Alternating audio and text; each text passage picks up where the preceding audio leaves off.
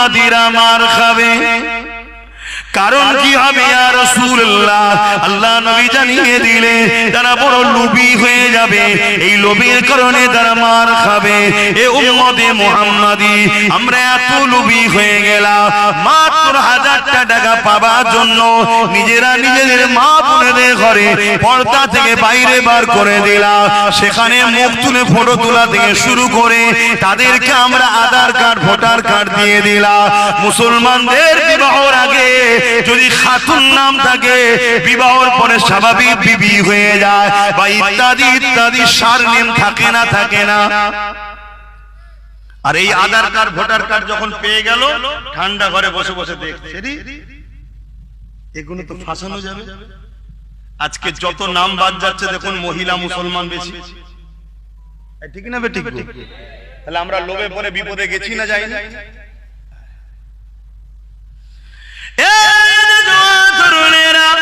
অনেক আগে বলে গিয়েছিলাম, শুনেছেন কি জানি না, এটা আপনাদেরকে মারার ফাঁদ পাতা হচ্ছে।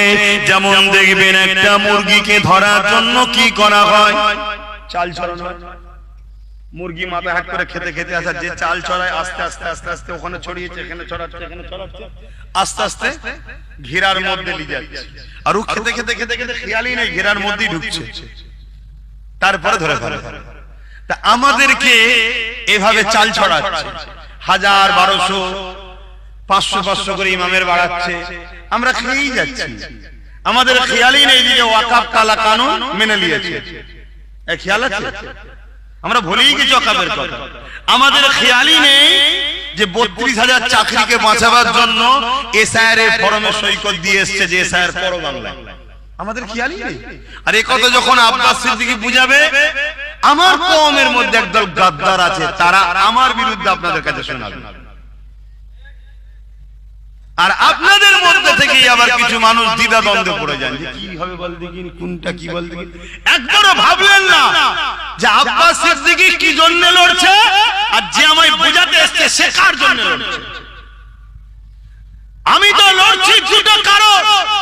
একটা কারণ, আমি যেমন কারো ধর্মের বিরুদ্ধে নয়, কারো ধর্মের বিরোধী করার পক্ষপাতিত্ব নয়, তেমন আমার ধর্মের বিরোধী কেউ করুক এটাও আমি পছন্দ করি না।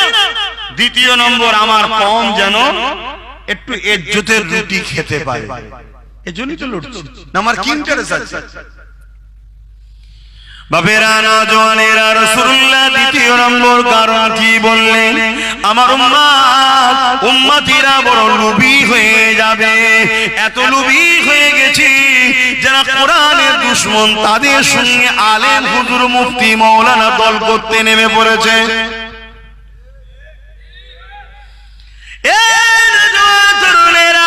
অথচ আল্লাহর নবীর সাহাবাদের মধ্যে কেমন ঈমান ছিল দেখো, কেমন কোরআনের প্রেম ছিল, কেমন আল্লাহর প্রেম ছিল, কেমন রাসূলুল্লাহর প্রেম ছিল দেখো। ওই সময়ে আল্লাহর নবীর সাহাবা হুজুরদের মধ্যে থেকে এমন করে নবী পাক যখন ইন্তেকাল হয়ে যায়, দুনিয়া থেকে পর্দা নিয়ে চলে গেলেন, মুসাইলামাতুল কাজ্জাব নামে একটা ব্যক্তি, সে নিজেকে মিথ্যা নবী দাবি করে ফেললো। হযরত আবু বকর সিদ্দিক এইভাবে সাহাবা হুজুরদেরকে ডাক দিলেন, হে আমার নবীর সাহাবারা, মুসাইলামাতুল কাজ্জাব সে নিজেকে মিথ্যা নবী দাবি করেছে, একদিকে খতমে নবুয়াতের বিরোধী করেছে, অপরদিকে কোরআনের একটা আয়াতের বিরোধী করেছে। কোরআনের আয়াতটা কি? মা কানা মুহাম্মাদুন আবা আহাদিন মির রিজালিকুম ওয়ালাকিন রাসূলুল্লাহ ওয়া খাতামান নবী। আল্লাহ পাক কোরআনের মধ্যে বলছে ওয়ালাকিন রাসূলুল্লাহ ওয়া খাতামান নবী, আমার নবী পাক হলো শেষ নবী, নবুয়াত হলো খতম আমার নবীর দ্বারা। এই যে কোরআনের আয়াত, এই আয়াতের বিরোধী মুসাইলামাতুল কাজ্জাব করেছে এবং রাসূলুল্লাহ খতমে নবুয়াত, আল্লাহ নবী বলে দিলেন আনা খাতিমুন নবী, আমি শেষ নবী, এই খতমে নবুয়াতের বিরোধী করেছে। এই জন্য আবু বকর সিদ্দিক সাহাবা হুজুরদেরকে ডেকে বলতে লাগলে, এ সাহাবা ভাইরা, এই মুসাইলামাতুল কাজ্জাব একদিকে যেমন খতমে নবুয়াতের বিরোধী করেছে, অপরদিকে তেমন আল্লাহ পাকের কোরআনের একটা আয়াতের বিরোধী করেছে। তোমরা কি ফয়সালা দিচ্ছ বলো? এ যুবক মন দিয়ে শোনো, মরণ তোমার একদিন না একদিন হবে। ওই কবরের জমি পাবে না, ওই ময়দানে মাশরে কোন দাদা দিদিকে কাজে পাবে না। রিজিকের মালিক আল্লাহ, দুটো চোখ দিয়েছে আল্লাহ, দুটো পা দিয়েছে আল্লাহ, বিবেক বুদ্ধি দিয়েছে আল্লাহ, জ্ঞান দিয়েছে আল্লাহ। আল্লাহকে ভয় করো, দুনিয়াদারি করতে হবে, সংসার করো, ব্যবসা করো, রাজনীতি করো, রাষ্ট্রনীতি করো, যাই করো না কেন আল্লাহ দ্বীনের সঙ্গে গাদ্দারি যেন না হয়ে যায়, আল্লাহ দ্বীনের সঙ্গে দুশমনি যেন না হয়ে যায়, এটাকে মাথায় রেখে চলতে হবে। তাই আপনাদেরকে জানাই এই মুসাইলামাতুল কাজ্জাবের বিষয়ে কি করা যায়। হযরত আবু বকর সিদ্দিক সাহাবা হুজুরদিগকে জিজ্ঞাসা করলেন, হযরত আবু বকর সিদ্দিকের উত্তরে সাহাবা হুজুররা বললেন, হে আমিরুল মুমিনিন, আপনি এখন আমাদের খলিফা, আপনি যা বলবেন আমরা তাতে ঐকমত সহমত দেব। আপনি যা বলবেন। হযরত আবু বকর সিদ্দিক কি বলেছিল যে ওরা যা বলছে বলুক গে যাক, আমরা তো ওদের কথা মানি না, এরকম বলেছিল নাকি? হযরত আবু বকর সিদ্দিক বলেছিলেন আমার দুটো কথা। প্রথম কথা, আমি মুসাইলামাতুল কাজ্জাবকে ক্ষমা চাইতে বলবো, যে ভুল হয়ে গেছে, কথাকে উইড্রো করার কথা বলবো। যদি সে উইড্রো করে না নেয়, আমি আবু বকর তার বিরুদ্ধে লড়াই করব। জোরে বলুন সুবহানাল্লাহ। তাহলে আজকের দিনও কেউ যদি বলে কোরআন শেষ হয়ে যাবে, আমার উন্নতি শেষ হবে না, তাহলে আমাদের উচিত তার বিরুদ্ধে কি করা? এই দুটো কথা না, এই দুটো। প্রথম নম্বর হলো তাকে বলবো কথাটাকে উইড্রো করো, ঠিক তো নাকি? যে আমার ওটা বলা ভুল হয়েছে, আমাকে মাফ করে দাও, ঠিক তো নাকি? আর যদি সে উইড্রো করে না নেয়, যে কোরআনকে ভালোবাসে, যে সিদ্দিক আকবর রাসূলুল্লাহর প্রথম সাহাবীকে মানে, রাসূলকে মানে, দ্বীনকে মানে, তার দ্বিতীয় অপশন হলো এই কোরআনের দুশমনের বিরুদ্ধে লড়াই করতে হবে। এ ক্ষমা চেয়েছে, কথা বলুন, ক্ষমা চেয়েছে। আমি হাজারবার ওয়াজ করতে করতে বলেছিলাম ক্ষমা চাও, বলেছি না বলিনি? আজ প্রতিটা অলিতে গলিতে গিয়ে বলেছি ক্ষমা চাও, পরিবর্তন হও, বলো যে আমার ভুল হয়ে গেছে, তাহলে তোমার বিরুদ্ধে আব্বাস সিদ্দিকী কোনোদিন বলবে না। ক্ষমা চাও। তুমি রাজনীতি করছো, রাজনীতি করে যাও। তুমি কেন বললে কোরআন শেষ হয়ে যাবে, আমার উন্নতি শেষ হবে না? আরে তুই মরে জাহান্নামে চলে যাবি, কোরআন থাকবে। যারা বলেন সুবহানাল্লাহ, আরো যারা বলেন সুবহানাল্লাহ, হাত তুলে বলেন নারে তাকবীর, নারে তাকবীর, নারে তাকবীর। কোরআন শরীফ, কোরআন শরীফ, কোরআনের দুশমনেরা, কোরআনের দুশমনেরা নারে তাকবীর। তাহলে বলুন, এই লড়াইটা করা কি আব্বাস সিদ্দিকীর অন্যায় হচ্ছে? জোরে বলুন। আমি কিসের হুজুর, আমি কিসের ওলি সাহেব, আমি কিসের মুফতি, আমি কিসের বক্তা? আল্লাহর কোরআন মিটে যাবে যে বলবে, তার সাথে আমি আবার সম্পর্ক রাখবো, তার সঙ্গে দল করব, তাকে ভোট দিয়ে জেতাবো। আল্লাহর কোরআনের বিধান অনুযায়ী, নবীর দ্বীন অনুযায়ী ওই মুফতি মাওলানা বক্তা প্রকাশ্য বেঈমান ছাড়া অন্য কিছু নয়। কেন? কোরআনের দুশমন যে। তুমি তাকে বলেছো একবার, যা ভাই আমি আপনার দল করব, আপনাকে সাথ দেব, আপনার তো পজিশন খারাপ, মুসলিম সমাজকে বুঝিয়ে আপনার ঝুলিতে রাখবো, সবকিছু করব, কিন্তু আপনি একবার ওই কথাটাকে উইড্রো করে নেন। কি কথা? যে আমার ভুল হয়েছে বলা, কোরআন শেষ হয়ে যাবে কথাটা। এ ভাই, আপনারা একমত তো নাকি? কিন্তু এ জাহান্নামী জানে, এ জাহান্নামী জানে যে আমার কথা উইড্রো করার দরকার নেই। কেন? আমার কাছে দুটো হাতিয়ার আছে। মুসলমান এমনি আমার কোলে উঠবে, আমার আঁচলের তলে এমনি চলে আসবে। কি হাতিয়ার? নাম্বার 1 হাতিয়ার হলো মুনাফিক উলামা আছে আমার সাথে। কে হাতিয়ার? বলুন বলুন বলুন। মুনাফিক উলামা। আর নাম্বার 2, ওই উলামা দ্বারা পাড়ায় পাড়ায় বুঝাবো বিজেপি এসে যাবে। শুনছেন তো নাকি? এই দুটো ছাড়া 3 নম্বর কি আছে বলুন তো? যে এর দিকে মানুষ যাবে, বলুন 3 নম্বর কি আছে? কিন্তু আমি আপনাকে বলছি, আল্লাহর উপরে ভরসা করুন, আল্লাহর উপরে ভরসা ভরসা করুন। অন্য কোন জায়গার মুসলমান কি করবে জানি না, দেগঙ্গার মুসলমান 100% শিওর আছে। এবারে কথা শুনছেন তো, ভুল করবেন না। আর একটা নওশাদ সিদ্দিকী হয়ে যাবে, চিন্তার কোনো কারণ নেই। একটু বুঝে বুঝে কাজ করা দরকার আছে না? না, এই যে পাশে নদিয়ায় আর একজন ফোরপাস মানবরূপী পশু কি বললো? কোরআনের সূরা তাওবার 5 নম্বর আয়াতে নাকি হিংসা ছড়ায়। বলেছে না বলেন? বলুন, বলেছে না বলেন? ওর বিরুদ্ধে কয়েক হাজার কেস হয়েছে। ওকে রাজ্য সরকার যে ছিল প্রাক্তন, সে কি অ্যারেস্ট করেছে? কেন করে না? কারণ এরা দুজন একই জাতের, একই গোইলের। এখানে জাত বলতে ধর্ম বলছি না, কেন আমার কোন লড়াই হিন্দুদের বিরুদ্ধে নয়। নেতাজি কি তার বিরুদ্ধে কি আমরা নাকি? রবীন্দ্রনাথ টেকারের বিরুদ্ধে নাকি? ঈশ্বরচন্দ্রের বিরুদ্ধে নাকি? না, না। আজও যারা লক্ষ লক্ষ কোটি কোটি হিন্দু আছে মানব প্রেমিক, তারা আমাদের ভাই বোন, তাদের সঙ্গে আমাদের কোনো লড়াই নেই। তার ধর্ম তার উৎসব সে করবে, আমার ধর্ম আমার উৎসব আমার কাছে। কিন্তু মানুষ হিসাবে আমরা সবাই ভারতীয়, আমরা সবাই বাপ আদম মা হাওয়া সন্তান, একে অপরে মিলেমিশে থাকবো।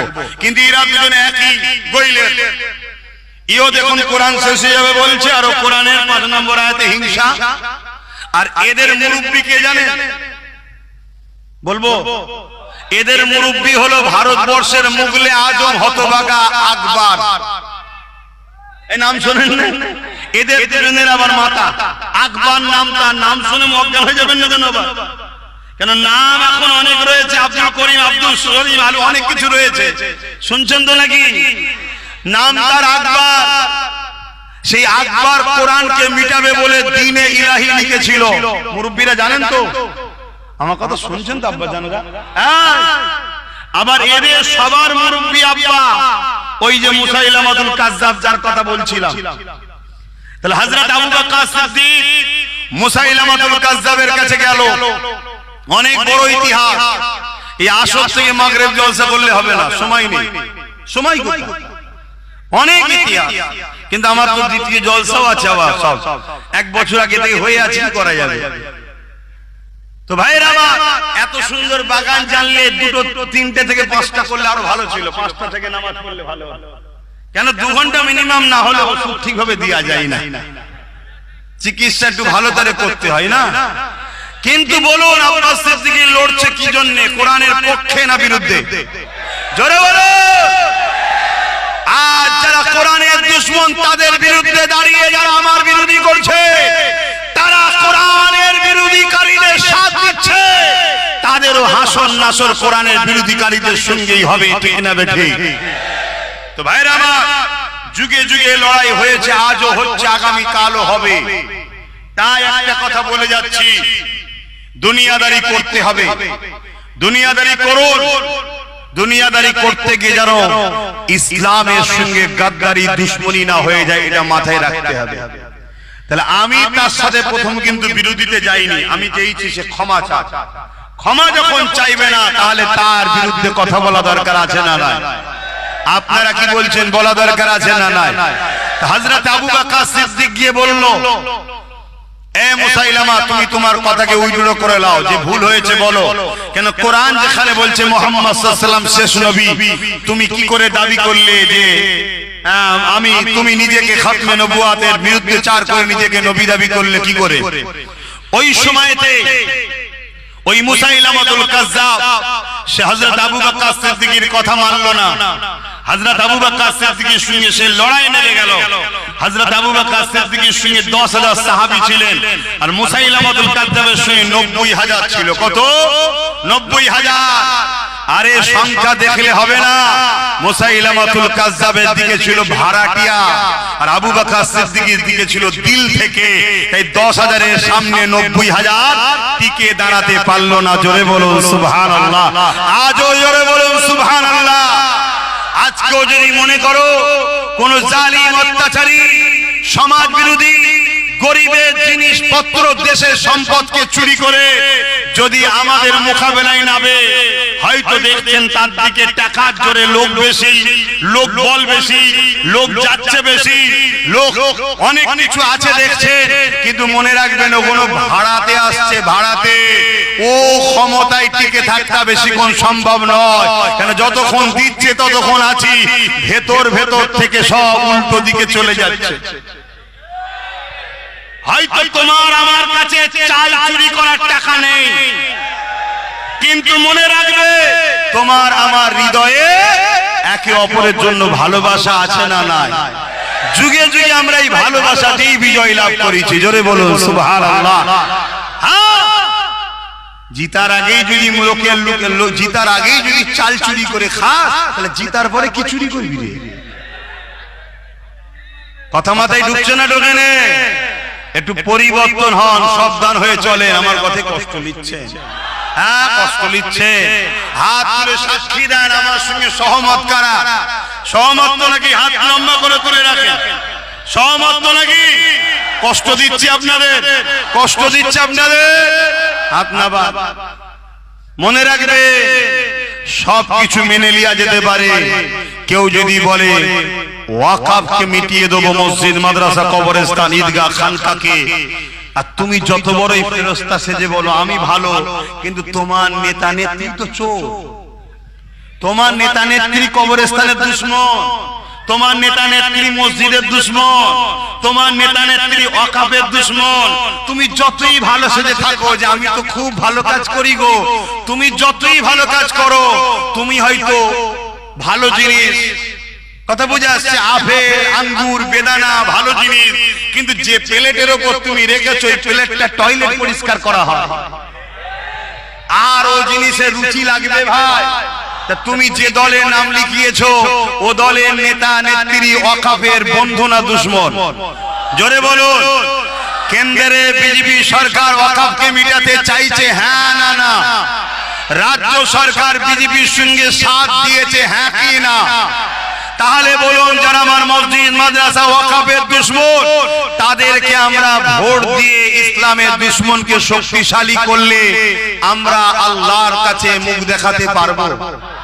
যদি জানতাম বিকল্প নেই আলাদা কথা, অপর দিকে একজন ডাকছে আসো আমার সাথ দাও, যে কিনা মসজিদ মাদ্রাসার দুশমন, আর একজন বলছে আমার সাথ দাও, যে কিনা মসজিদ মাদ্রাসা বাঁচাতে গিয়ে সুপ্রিম কোর্টে কেস চালাচ্ছে এখনো, এবং রাস্তায় নামার জন্য জালিমরা ধরে জেলে দিয়েছে। তাহলে বলো যে ওয়াকফের দুশমন তার সাথে না ওয়াকফের বন্ধু যে তার সাথে? জোরে বলো। ওয়াকফের দুশমন কেন্দ্র সরকার, ওয়াকফের দুশমন রাজ্য সরকার, ওয়াকফের দুশমন ইরাক দুশমনি করেছে না করেনি? অপর দিকে ওই একটাই ছেলে নওশাদ সিদ্দিকী ওয়াকফকে বাঁচাবার জন্য জেল খেটেছে না খাটেনি? ওয়াকফকে বাঁচাবার জন্য সুপ্রিম কোর্টে কেস করেছে না করেনি? অতএব তার জন্য আমাদেরকে সহযোগিতা করা দরকার আছে না নাই? আরে যেই হোক, যেই হোক, মাথার উপরে তো আছে নওশাদ, আর নওশাদের মাথার উপরে তো আছে। কথা মাথায় ঢুকছে না? ঢোকে নেই? এবারে কারো মধ্যে যাচ্ছে না তো হুজুর জলসা এসে একদম ডাইরেক্ট হয়ে যাচ্ছে না? এখন আর ডাইরেক্টের ব্যাপার নেই তো, সব তো হয়ে গেছে, মিশে গেছে তো। আগে বলতো হুজুর কেন রাজনীতির কথা বলবে, এখন হুজুর ক্যান্ডিডেট হয়ে গেছে। আগে বলতো মুফতি মাওলানা রাজনীতির কথা বলবে কেন, এখন মুফতি মাওলানা এসে নমস্কারও করছে, সব জায়েজ করে ফেলেছে। তো সেই জায়গায় আব্বাস সিদ্দিকী মসজিদ, মাদ্রাসা, ওয়াকফকে বাঁচাবার জন্য কথা বলার অধিকার নেই? যদি একটা মুফতি, একটা মাওলানা, একটা হুজুর যদি ইসলামের দুশমন দিদি মুদির গদি বাঁচাবার জন্য চিল্লায়, তাহলে আমি মসজিদ মাদ্রাসার জন্য একটা শক্তি করার জন্য চিল্লাতে পারি না? অপরাধটা কি করছি? কথা মাথায় ঢুকছে? আর এই সময় একটু বেশি বলতে হচ্ছে কেন? এখন পরীক্ষা সামনেই তো, এই সময় তো টিপস দিতে হবে, 2 2 4 হয় কি? মনে রাখবে একটা ছিল পুরো বাংলাকে বুঝিয়ে দিয়েছে। আশা করা যাচ্ছে, রিপোর্ট তো সব দেখছি রে বাবা, না মুদির মিটিং এ হলো হচ্ছে, না দিদির মিটিং এ লোক হচ্ছে, চেয়ার দিয়েও লোক জড়ো করতে পারেনি কি? আবার বিরিয়ানি, পয়সা, গাড়ির তেল, তাও লোক হচ্ছে না। আর অপর দিকে ওই একটা, সেই ফেরাউন যেমন একটা ছেলের ভয়েতেই মেরে সবাইকে মেরেছে, এখানেও সেই একটার ভয়। তাহলে আল্লাহ চাইলে তার সাথে যদি কয়েকটা হয়, লড়াই করার একটা জায়গা হবে না হবে না? এই বিশ্বাস আপনাদের আছে তো? তাই একটুখানি বলুন আমার সাথে একমত, নওশাদের সাথ দেবেন তো? একদম ওপেন বলে দিলাম, একমত তো? হাত তুলে বলুন একদম ঠিক বলছে। আপনারা হাত তুলবেন না? না, আপনাদের দিকে ক্যামেরা আছে। না না, আপনারা হাত তুলবেন না কেন? আপনাদের দিকে ক্যামেরা। এরা কিচ্ছু পাবে না, লাস্টে যে গরিবের ঘর ভাঙবে। তোর যদি এতই সাহস, এতই বাহাদুরি, এতই পাওয়ার, তোর গ্রামে তো এসেছি। কথা বুঝছেন না? বলেন না, তুই আমাকে ধর না বাবা, তুই এই গরিবগুলোকে জুলুম করছিস কেন? গরিবকে জুলুম করা তো ফেরাউনের কাজ, নমরুদের কাজ, সাদ্দাদের কাজ। তো ভাই সময় তো খুব কম, আফসোস লাগছে বলতে পারছি না। এতটুকু বলবো, আমার রাসূলুল্লাহর একটা হাদিস আপনাদেরকে শোনাবো, একটু শুনছেন? আমার কথায় বেজার হচ্ছে? দুটো হাদিস বলে যাচ্ছে, মন দিয়ে শোনেন। হ্যাঁ না, আজান দিয়ে দেবে, একটু জলদি করে শোনেন, জলদি করে শোনেন। নাম্বার 1, ঈমান আছে না নেই জানবেন কি করে? খুব মন দিয়ে শোনেন। আল্লাহ নবী বললেন একটা সময় আসবে, মসজিদ ভর্তি লোক থাকবে, একটাও কিন্তু ঈমানদার থাকবে না। আল্লাহ নবী আরো বললেন একটা সময় আসবে আখিরি জামানাতে, হাতে তালুতে আগুন রাখার থেকেও ঈমান বাঁচানো বড় কষ্ট হবে। আল্লাহ নবী আর একটা হাদিসে বললেন একটা সময় আসবে আখিরি জামানাতে, আসমানের নিচে জমিনের উপরে সব থেকে নিকৃষ্ট হবে একদল উলামা। খুব টন্টেড কিনে মারে আব্বাস সিদ্দিকীর সঙ্গে সব প্যান্ট শার্ট পরা দাড়ি চাচা, প্যান্ট শার্ট পরা দাড়ি চাচা। কিন্তু নবী বলেন আখিরি জামানায় আসমানের নিচে জমিনের উপরে সব থেকে নিকৃষ্ট হবে প্যান্ট শার্ট পরা দাড়ি চাচা। বলেছেন প্যান্ট শার্ট পরে দাড়ি চাচা অন্যায় করছে। কালকে আল্লাহ করে দাড়িও রাখবে, প্যান্ট শার্ট খুলে পাঞ্জাবি জুব্বা পরবে, হজও করবে, নামাজও করবে, তওবা তিল্লা করবে, আল্লাহ সব মাফও করে দেবে। বলুন ইনশাআল্লাহ। কিন্তু নবী বলেছে একদল উলামা, শুনছেন আমার আওয়াজ? হ্যাঁ, আর এইগুলো বলে দিই বলি আমার পিছনে একদল উলামা লেগে গেছে। সব উলামা নয়, প্রচুর উলামা আছে আমার পক্ষে কথা বলে, যে ঠিক বলছে আব্বাস সিদ্দিকী, কিন্তু বলতে তারা পারে না কেন? তাদেরও অনেক বাধ্যবাধকতা থাকে। কথা বুঝে আসছে? সবাই তো দাদা হুজুর আওলাদ নয় রে বাবা, সবাই একটা হাত দিলে কি আর আল্লাহ এতগুলোকে জড়ো করে? এই জন্য তাদেরকেও তো হিকমতে চলতে হবে। কিন্তু প্রচুর উলামা আছে যারা দিল থেকে আব্বাস সিদ্দিকীর জন্য দোয়া করে, ভালোবাসে, সাথ দেয়। কথা বুঝে আসছে? কিন্তু একদল উলামা আছে জমিনের উপরে আসমানের নিচে, রাসূল বলল যারা সব থেকে নিকৃষ্ট হবে। তার নমুনা দেখুন না, তার নমুনা হাতের হাতে প্রমাণ হচ্ছে, হচ্ছে নয়? হ্যাঁ, তার হাতের হাতে প্রমাণ হচ্ছে। আজ এই কয়েকদিন আগে কেউ যদি বলে যে যে ভাই আমি ওসব পুরাতন কথা ছেড়ে দাও, আমি ঢুকার পর থেকে আমি তো ঢুকেছি পরিবর্তন করতে, সংযোজন করতে। আরে সংযোজন সংশোধন আলহামদুলিল্লাহ অন্য কাতারে হয় না, আমাদের কাতারে হয়। কোন একজনকে ঢুকিয়েছি, সেই দিন থেকে 5 ওয়াক্ত নামাজ পড়ছে সে এখনো পর্যন্ত। কথা বুঝে আসছে না? বুঝতে পারছেন তো? অনেক সমালোচনা হয়েছিল, কিন্তু 2 মাস ধরে তাকে বাজানো হয়েছে। তারপরে তওবা তিল্লা করিয়ে ক্ষমা যাদের সাথে হয়েছে করিয়ে আজকে ঢুকেছে, সেই দিন থেকে নিয়ে 5 ওয়াক্ত নামাজ পর্যন্ত ধরে গেছে। এটা ভালো লক্ষণ না খারাপ লক্ষণ? তাহলে মানুষ যদি ভুল করে নিয়েছে ভালো করতে হবে তো নাকি? বাবা তুই রাজনীতি করছিস কর, তা নামাজ ছেড়ে দিবি কেন? নামাজটাও পড়, ঠিক না বেটি? তাহলে এই শিক্ষা তো আমাদের কাছে পাওয়া যায়। তুমি বলছো আমি মুফতি সাহেব আমি গিয়ে সব ঠিক করব, পরিবর্তন করব, আমি হুজুর সাহেব আমি গিয়ে পরিবর্তন করব। তুমি তো পরিবর্তন দূরের কথা, একজন বলছে জাহান্নামে দাঁড়াতে বললে জাহান্নামে দাঁড়াবো, আর তুমি আরেকটা দিকে বলছো জাহান্নামে লাফ মারবো, মানে আগুনে, বলছে আগুনে গিয়ে লাফ মারবো। কথা বুঝছেন না? বোঝেন না? এরা কি পরিবর্তন করতে পারবে মনে হয়? এরা তো নিজেরাই অপরিবর্তন হয়ে সঙ্গ দোষে খারাপ হয়ে যাচ্ছে। আর একজন কি বলছে যে না আমি থাকলে অনেক পরিবর্তন হবে। আরে তুমি যাওয়ার পরে বক্তব্য দিচ্ছে কি যে মাদ্রা মসজিদে মসজিদে জুম্মার দিনে উস্কানোমূলক বক্তব্য যেন না দেওয়া হয়। বলো আমার মসজিদে উস্কানোমূলক বক্তব্য দেওয়া হয়, আমার মসজিদকে অপমান করা হলো না হলো না? আমার ইমামদের ঘরে, আমার ইমামদের ঘরে সাম্প্রদায়িক, আমার ইমামদের ঘরে সমাজ বিরোধী, আমার ইমামদের ঘরে উস্কানোমূলক বক্তব্য দেওয়ার জন্য ইলজাম দাগ লাগানো হলো না হলো না? এই সাহসগুলো তোমাদেরকে দিচ্ছে কি? বলছে সাহস তো আমার হাতে রিমোট আছে। এক ওই মুনাফিক দালাল মার্কা উলামা আছে, দ্বিতীয় হচ্ছে বিজেপি আছে। বুঝছেন না? যেই দেখবেন বিপদ অমনি ভাই ভাই।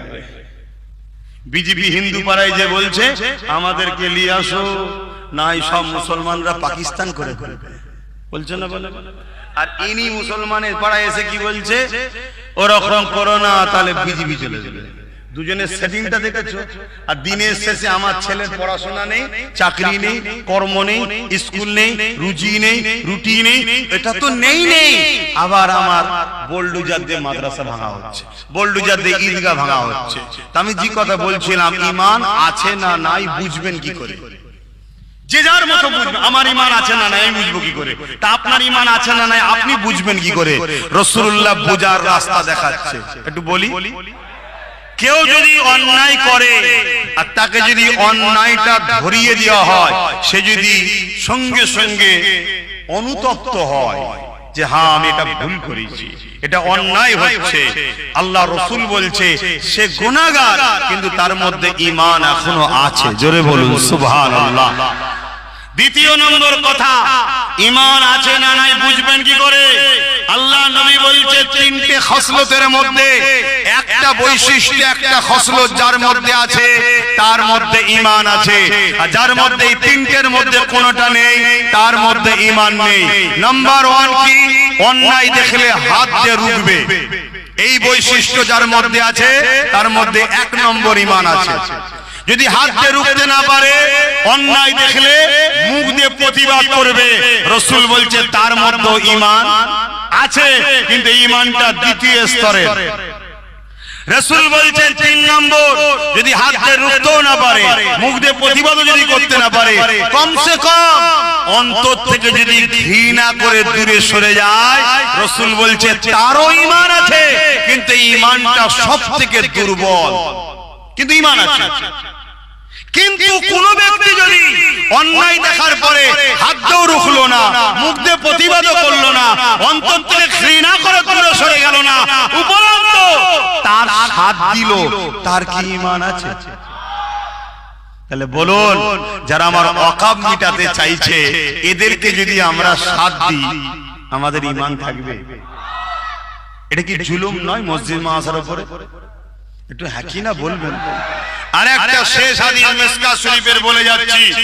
আল্লাহ নবী জানালেন, কোন মুসলমান যদি মন দিয়ে শুনবে, যুবক মন দিয়ে শোনো, খেটে খাও চেটে নয়, কষ্ট করো, মেহনত করো।